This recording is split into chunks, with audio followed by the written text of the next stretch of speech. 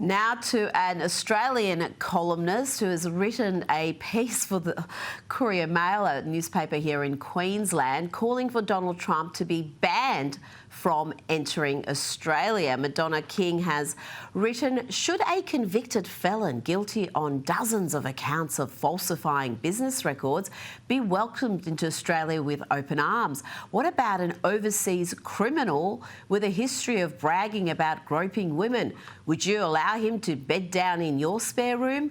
What about if this same man, an unrepentant offender and misogynist, used his office to hurt what you were fighting for in terms of climate, trade and security?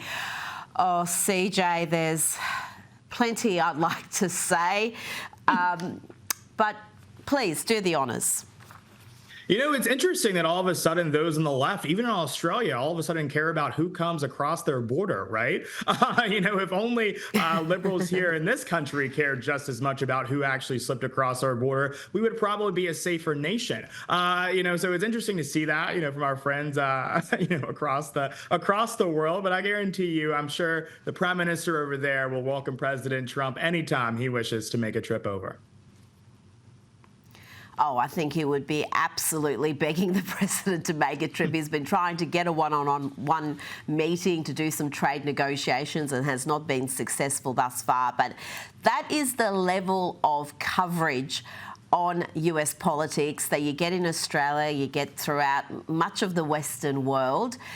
Does that trouble Americans at all? Because it's pathetic. It is pathetic, but do Americans care that their president is so misunderstood and misrepresented by the mainstream media?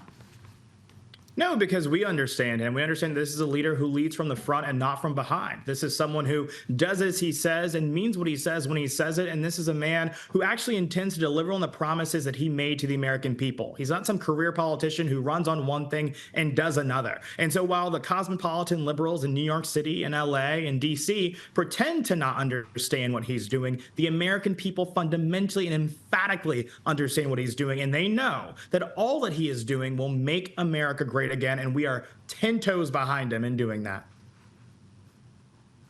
Now, CJ, you posted an image of Monday's meeting of world leaders gathered at the Oval Office to discuss an end to the Russian-Ukrainian war. Tell me what you see in this image, why you see it as so significant. I see an America that's finally leading from the front again. Under Joe Biden, we had a man in the Oval Office who didn't even know that he was president of the United States. And looking at that picture, frankly, it's a breath of fresh air. The world respects us again. The world fears us again. And that's exactly what we need to do if we're going to bring peace to the world again. As Vladimir Putin even acknowledged in his press conference just a few days ago, this war in Ukraine would have never happened if Donald Trump had been in the White House. And now we are inching closer and closer to peace every single day because of his bold and decisive leadership. And we had the Italian Prime Minister, Giorgia Meloni, saying something has changed after now more than 2 years of this devastating war. There is finally a shift and peace seems possible. How hopeful are you that there is going to be a peace deal with Russia and Ukraine? It's the one big conflict, other than what's happening in the Middle East, that Trump hasn't been able to do much about until this point.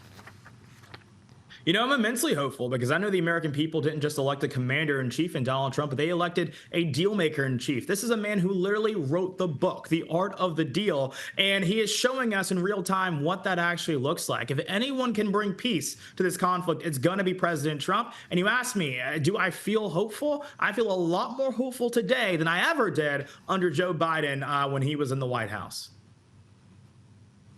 Now, I want to ask you about a saga that's involving the New Yorker, a magazine you're very well aware of, after they really did a hit piece on you, suggesting you were having some white supremacist MAGA party when they cropped out all the people of colour from the picture.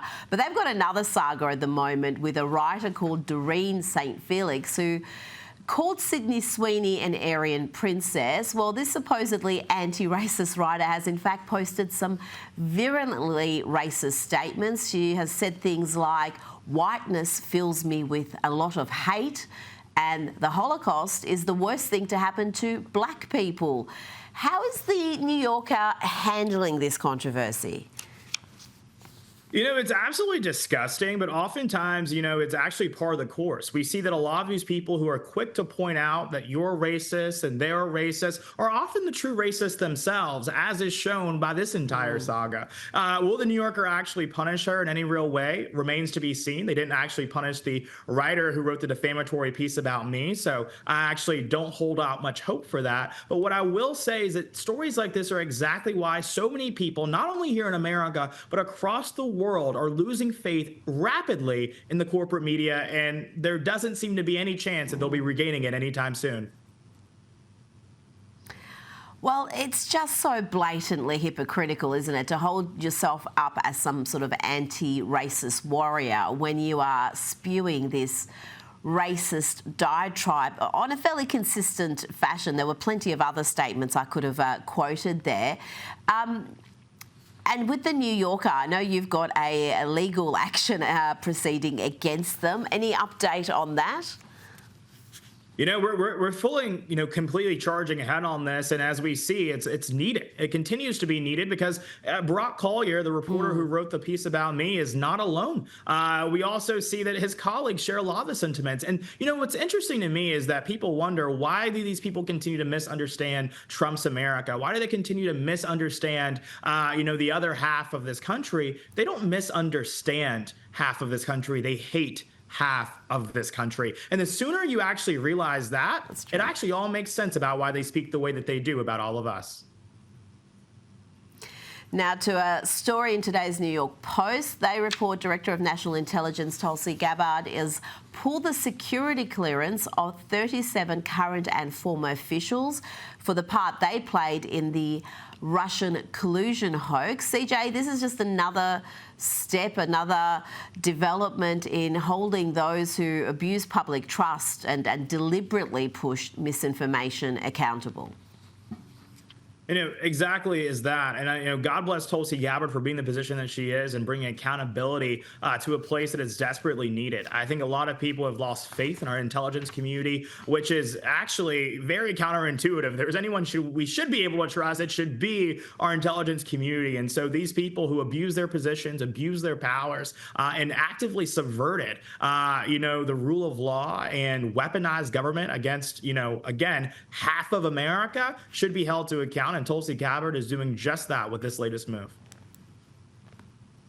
Before you go, do you expect to see the likes of the former CIA Director John Brennan or FBI Director James Comey actually face criminal charges? There's reports they're under investigation. We've got James Comey unravelling. He's posting these bizarre videos about Taylor Swift that are rather creepy. Do you see some real accountability happening at some point? God willing. And, I'll tell you this, if Pam Bondi is able to secure that, JD Vance might have some competition in 2028. Well, that could be a good ticket, JD Vance and Pam Bondi. That would be a formidable ticket right there. CJ Pearson, thank you so much for your time tonight. Definitely. Thank you so much. Still to come, the media coverage and cries of racism over the plan.